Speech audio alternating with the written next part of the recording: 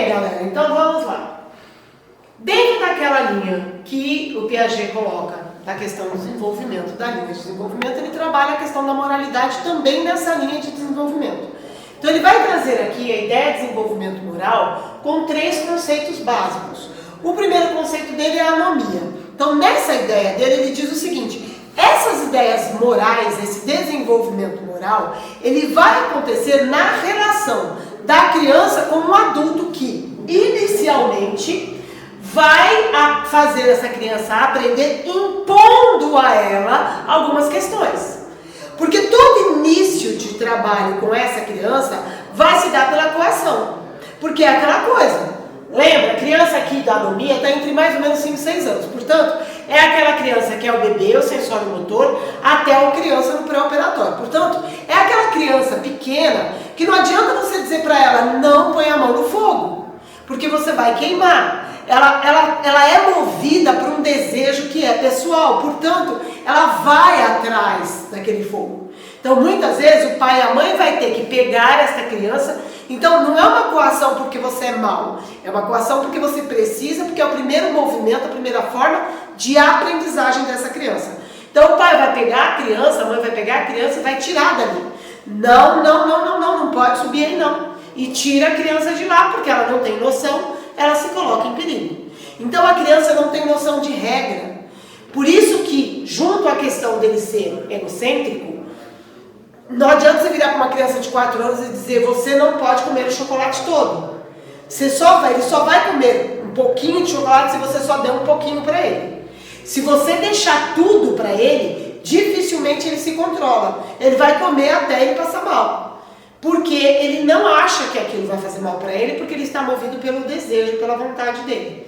Então, de novo, é aquela coisa, não adianta dizer, ninguém vai comer chocolate agora, ninguém vai comer bolo agora e deixar na frente dele.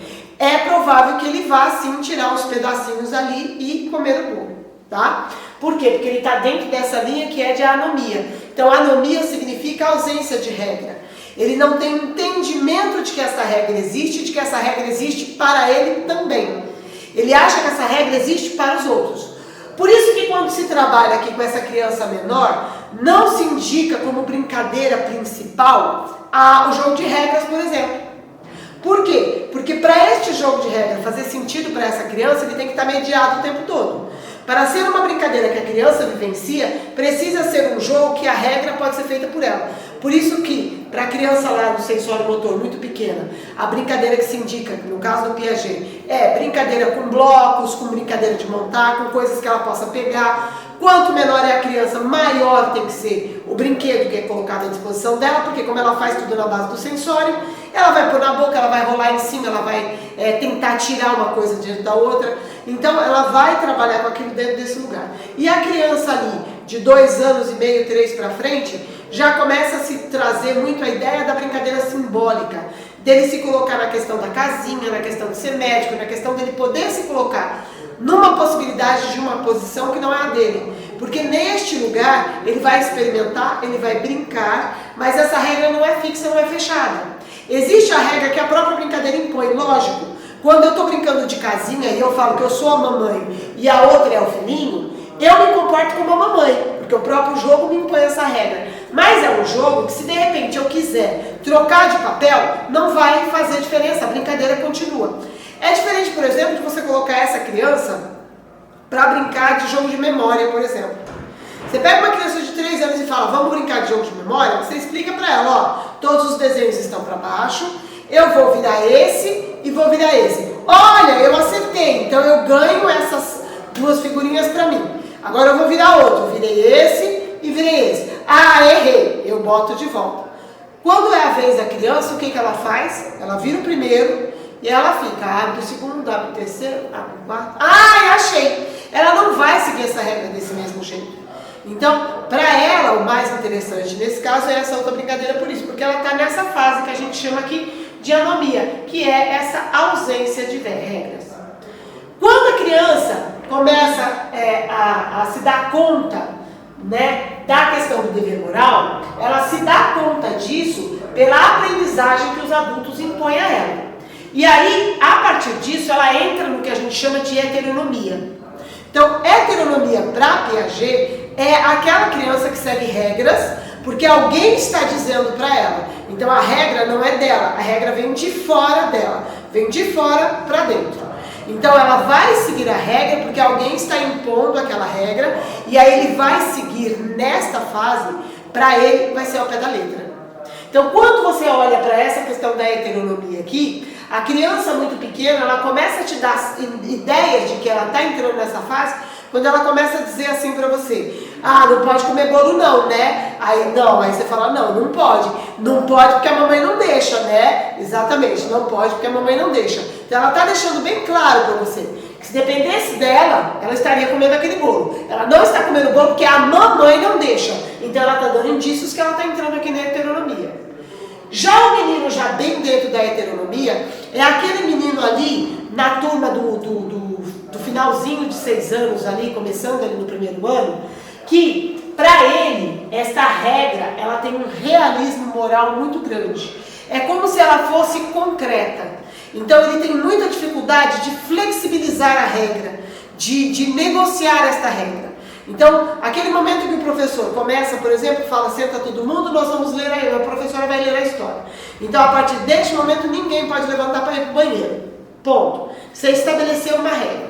Estão todos ali e eles aceitaram aquela regra. Só que o professor sempre dá o azar, né? Porque aí nessa hora você lembra que tem uma criança sua que a mãe mandou um bilhete dizendo que ela está com desarranjo intestinal, ou que ela está com um piriri qualquer, ou que ela não está segurando o xixi naquele dia porque ele está com algum problema. Então, que se ele precisar ir ao banheiro, tem que sair correndo. Você começou a história, tem sempre aquele que quer desafiar. Já te pediu para ir ao banheiro, você fala não, porque eu falei que a partir de agora ninguém vai ao banheiro. Tá bom, ele está ali sentado junto com todo mundo. Como eles estão nessa fase de realismo moral, que todo ato de obediência é um ato bom, então todo dever que é imposto a partir da heteronomia tem que ser seguido por todos, você começou a contar a história e de repente aquela criança que está com diarreia, que está com algum problema, ela olha para você arregar os olhos. O professor que já conhece, o que ele faz? Ele já dá um sinal para a pessoa sair da sala correndo, porque ela já sabe o que aconteceu. É essa criança sair pela porta, o outro levanta e diz, né? Ele pode, né? Você não deixa. Por quê? Porque ele não flexibiliza. Essa regra para ele tem um realismo moral. Foi dado para um, tem que ser seguido para todo mundo. Ele não entende esta ideia. Para essa criança, essa ideia de dever moral tem uma questão de concepção objetiva da responsabilidade. Então, para ele, assim, essa questão da responsabilidade, ela é dada de acordo com o que foi falado. Por isso que esse menino que você disse, ninguém vai ao banheiro, ele não acha que ninguém, que outro pode ir de acordo com a necessidade. Ninguém é ninguém. Nessa ideia que está, por exemplo, a questão da justiça também. Que aí dentro dessa fase de heteronomia, a justiça para ele engloba essas questões de moral. Então, todo ato de obediência é bom. Por isso que essa criança, quando você vira para ela e fala assim, por que você bateu no menino? Eu bati porque meu colega mandou. E aí, a gente às vezes fica bravo com eles, né? Dá bronca, fala que não deve fazer. Vira para ele e pergunta, você gostaria que fosse com você? Ele fala não, e ele fala com verdade. Ele não gostaria que fosse com ele, mas não foi com ele, foi com o outro. Então tá tudo bem para ele. Na cabeça dele tá jóia isso. E tem o seguinte, ele obedeceu o colega. Todo ato de obediência é bom. Então, para ele, aquilo não está errado. Estaria errado se ele não tivesse obedecido, mas ele obedeceu o colega dele. Então, o ato de obediência é bom. Então, não adianta a gente virar e dizer para o menino assim, se fosse para tomar água na privada, você tomava? Porque ele parte da ideia de que o colega dele jamais pediria isso para ele. Então, ele até te fala, não, se ele me pedisse para tomar água na privada, eu não tomaria. Mas ele tem ideia de que o colega não faria isso. Então ele vai continuar nessa ideia, porque está nesta fase.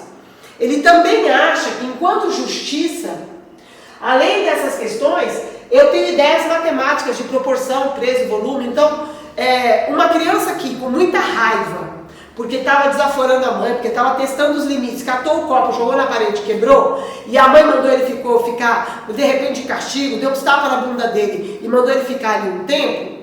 Se vê, por exemplo, o primo ou uma outra criança que sem querer passou, esbarrou numa bandeja e essa bandeja caiu e quebrou 5 copos, ele já logo pensa, ixi, coitado, isso aí tá ferrado.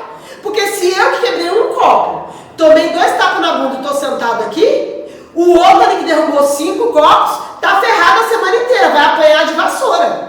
Porque ele não tem essa noção de relativação. Para ele é isso.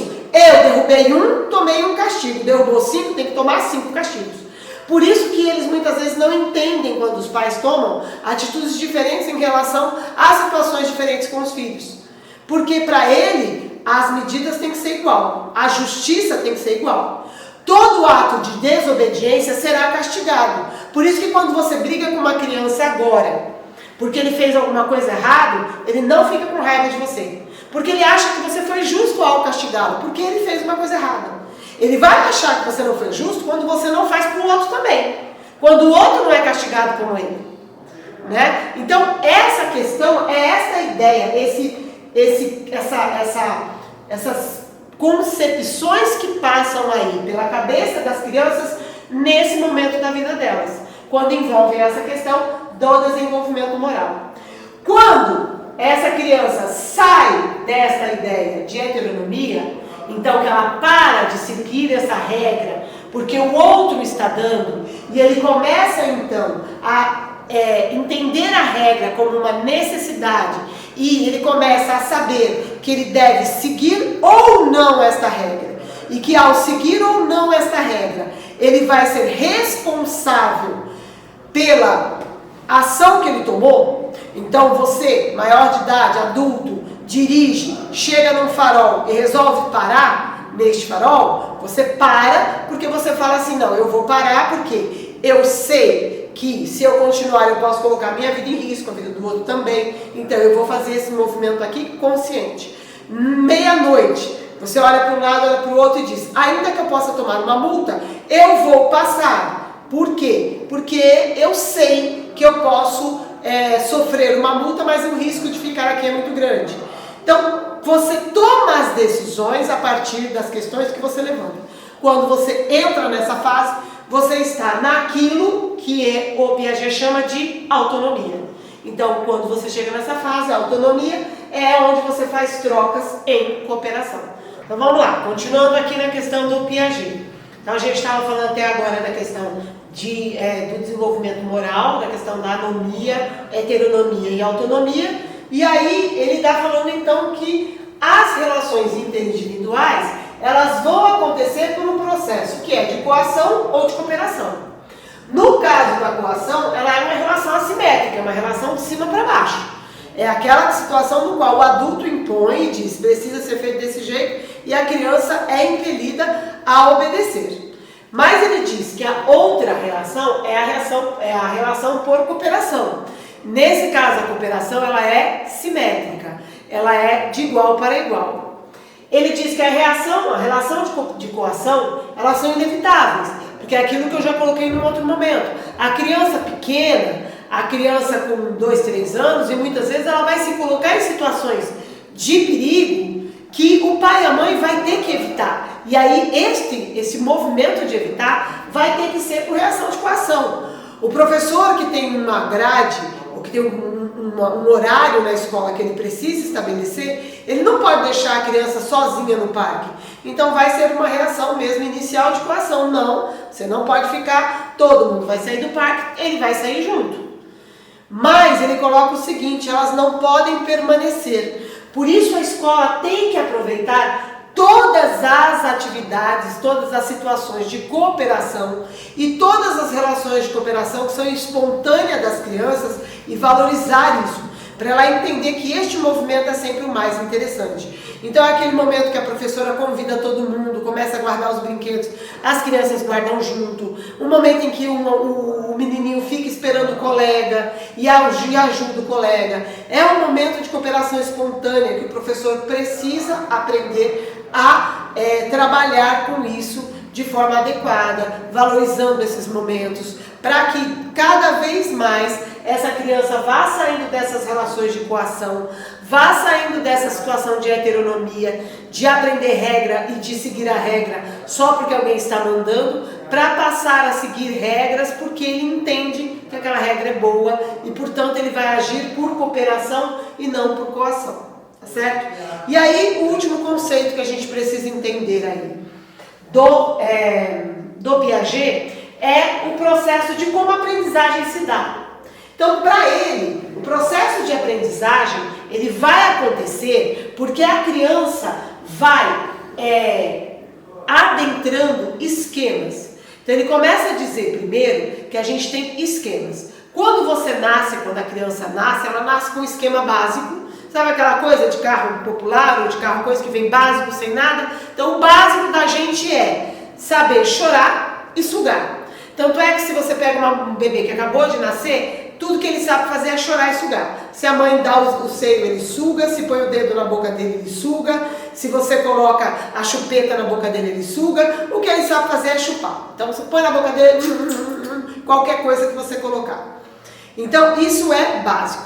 O que ele coloca? Ele coloca que esse esquema inicial, que é um esquema reflexo, ao encontrar a experiência, vai se tornar uma coisa diferente. O que é ao encontrar a experiência? Então essa criança está lá deitadão no berço dela, meio que imóvel, parado, olhando para cima, ele chora porque ele está com fome. Então, no que ele chora, aquela coisa gostosa, que é a mãe dele, aparece, dá o peito, ele se sacia, fica bem. Depois ele está ali e ele chora de novo porque ele sentiu um desconforto qualquer. A mãe dele vem, troca, dá banho, faz alguma coisa, ele se sente bem. Aí ele chora porque está com frio. A mãe aparece, aquece, põe o cobertorzinho, põe para dormir, né? Está com sono. Ele chora, a mãe aparece. Então o que ele vai tendo? Ele vai tendo várias experiências de que quando ele chora, ainda que ele não saiba que o que ele está fazendo é um choro, mas ele sabe que quando ele faz aquele movimento, quando ele faz aquela situação, ele desperta uma reação da mãe dele que aparece lá. Então, de repente, ele está ali paradão, olhando para o teto e pensa, puxa vida, eu estou aqui de saco cheio, não tenho nada para fazer, eu vou chorar para ver o que acontece. Então, no que ele chora, a mãe aparece. Então, a experiência que ele teve com relação àquele som, que a gente, né, conceitualiza aqui como choro, ele teve uma experiência que ao emitir aquele som, porque ele estava com fome, porque ele estava com dor, porque ele estava cansado, porque ele estava sujo, a mãe dele apareceu, ele pega essa mesma experiência e aplica numa outra situação. Ele chorou, não estava com nada daquilo. Chorou só porque ele queria a mãe dele ali, porque ele estava sozinho. A mãe dele apareceu. Nesse momento, essa criança acrescentou a esse esquema, que era o esquema inicial, um aprendizado. Um aprendizado que vai se dar para Piaget a partir do desenvolvimento dele. Então, assim, à medida que eu desenvolvo, eu aprendo coisas que estão adequadas ao meu desenvolvimento. Então, para ele, eu me desenvolvo, depois eu aprendo. Ok. E como é que se dá esse processo de aprendizagem? Ele vai dizer que esse processo de aprendizagem vai se dar pelo processo que ele chama de equilibração. Ele chama de equilibração e não só de equilíbrio, porque esse movimento é constante. E a gente está o tempo todo nesse processo de equilibração. Ou seja, quando eu sei alguma coisa e eu estou confortável com esse saber, eu estou equilibrado. Quando eu me desestabilizo porque eu não sei alguma coisa, eu me desequilibro. Nesse desequilíbrio, eu vou buscar formas de aprender aquilo e eu me reequilibro. Essas formas de reequilibração, elas são chamadas por Piaget, eles podem acontecer a partir de duas premissas que ele coloca ali. Uma, assimilação, e a outra, acomodação. O que é assimilação? Assimilação é quando você só acrescenta a sua estrutura já estabelecida ao seu esquema já colocado, algo que você só vai trazer junto e complementar. Passou uma moto aí, gente. E só vai complementar. Então, por exemplo, uma criança que pega pela primeira vez, né, um copinho de plástico, tá? Então, nesse primeiro momento que ela pega um copinho de plástico, ela pega um copinho, a mãe trouxe água para ela. Então ela vai, começa a tomar aquele copinho ali com água, acha gostosinho, ele pega aquele copinho, ele amassa, ele brinca, e aí ele chora porque a mãe dele tira dele e tal.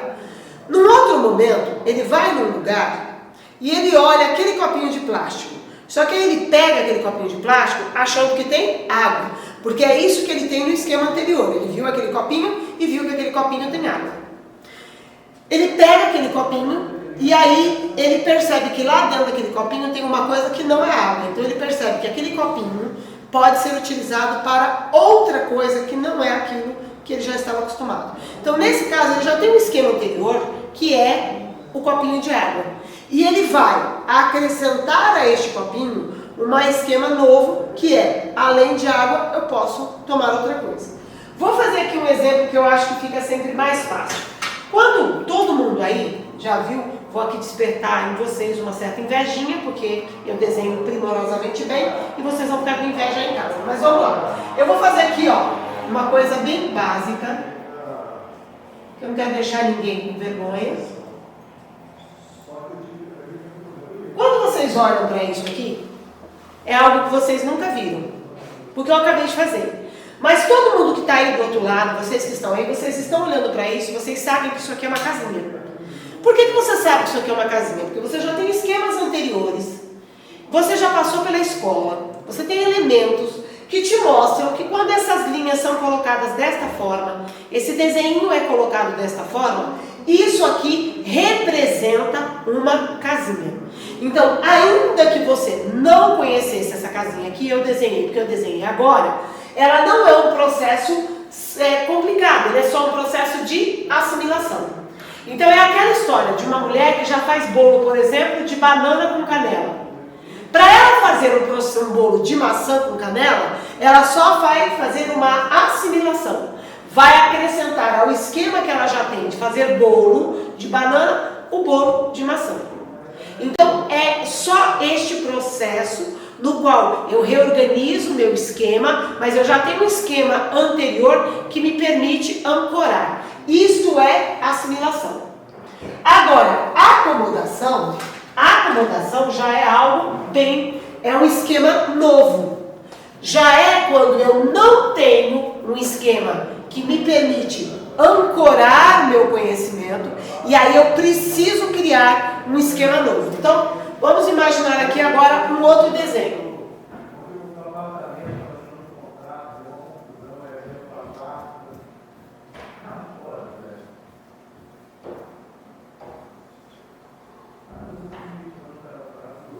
Aí eu pergunto, o que é isso?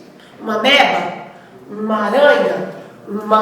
Você vai tentar encontrar alguma coisa que diga o que é isso, né? Um coronavírus? É um vírus? É uma bactéria? O que é isso? Então, primeiro a gente vai tentar colocar isso aqui dentro do que eu já tenho, dentro do que eu já conheço. Vou tentar assimilar esse conhecimento. Isso não é nada disso. É um desenho novo, uma coisa que eu desenhei aqui e que eu vou batizar isso aqui de treco. Então, este aqui é o treco. O treco não existia até então, ele passa a existir a partir deste momento aqui com a gente. Então, neste caso aqui do treco, já não é um processo de assimilação, é um processo de acomodação. Eu tenho que entrar num processo de construção de um esquema novo para poder agregar este treco lá dentro. Então, essa construção de um esquema novo é acomodação. Quando já é um esquema pré-existente e é apenas uma movimentação desse esquema, é assimilação. Então, no caso da mulher que faz bolo, para ela fazer um bolo de maçã ou um bolo de banana e modificar é apenas um processo de assimilação. Para quem não fez bolo nenhum ou não conhece nenhum tipo de bolo, o primeiro bolo já é acomodação. Ainda assim, segundo ele, a gente sempre vai ter nas nossas construções processos que são assimilação e acomodação. A gente nunca tem 100% um, 100% outro. Principalmente quanto mais adulto você fica. Então, se a gente parar para pensar, quem acomoda mais é criança. Porque para a criança tudo é novo sempre. Ela está construindo a sua relação com o mundo. Para o adulto, ele assimila mais do que acomoda. Porque parte do conhecimento ele já adquiriu de alguma forma. Ele já tem alguma ideia sobre. É aquela história. Eu posso não saber, por exemplo, a direção daqui para Campinas. Mas alguém pode me dizer, não, mas você já foi até Jundiaí. Então, daqui até Jundiaí, eu já sei. De Jundiaí para frente é acomodação. Mas até Jundiaí é um processo o quê? De assimilação desse caminho, né? Desse movimento, dessa novidade. Então, para o Piaget, você vai ter esse processo aí de equilibração a partir do momento em que você se desequilibra, porque você precisa conhecer alguma coisa, porque você quer conhecer alguma coisa, à medida que você vai operando sobre esse objeto de conhecimento, dentro da fase de desenvolvimento que você está, você vai assimilando ou acomodando esse esquema. Esse esquema vai ser transformado, o seu esquema inicial se torna um novo esquema e acontece a aprendizagem. Acontecendo a aprendizagem, você vai ter outros processos de desequilíbrio, outros processos de assimilação e acomodação, para continuar neste processo de aprendizagem, que para ele é sempre em formato de espiral, na qual você começa do menorzinho e vai ampliando sempre e aprendendo mais. Por isso que para ele, o professor, para causar boa aprendizagem, para o aluno aprender, o professor precisa colocar a criança em desequilíbrio, né? É o que diz Emília Ferreira quando fala da linguagem, quando fala da aprendizagem na língua, que o professor precisa promover atividades que vão fazer essa criança se desequilibrar. Então, se desequilibrar dentro daquele esquema inicial que ela já tem. Ao desequilibrar, ela tem que buscar formas de assimilar ou acomodar aquele novo conteúdo. Ao buscar essas formas de assimilar ou acomodar esse conteúdo, ele aprende um conteúdo novo. Também é por isso que ele diz que não adianta eu partir de algo que o meu aluno não tem. E isso é replicado por inúmeros autores falando de formas diferentes. Eu tenho Sazarcol, por exemplo, que vai dizer lá que eu preciso levantar conhecimentos prévios dos alunos. O que é levantar conhecimento prévio? É saber qual é o esquema inicial dele. Se eu sei qual é o esquema inicial dele, eu vou partir disso para propor a este aluno formas mais adequadas de intervenção e aprendizagem.